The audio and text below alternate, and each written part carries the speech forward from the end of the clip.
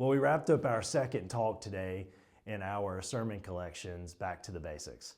And we talked about David, and we talked about how we're not David in this story with Goliath, but Jesus is.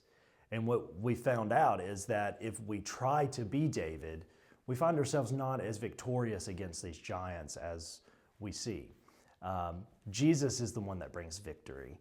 And we wrapped Philippians 4:13 around this idea of David and Goliath and David's ability going out into battle against Goliath.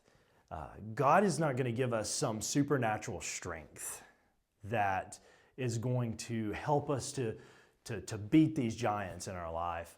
Instead, what happens is when we place our faith and trust in His ability to overcome our giants, we begin to have this supernatural faith in Christ.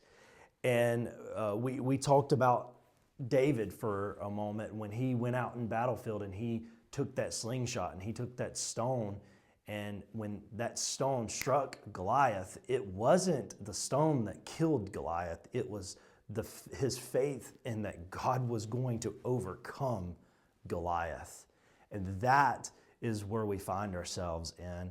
It wasn't David's strength that killed Goliath. It was his faith that killed Goliath.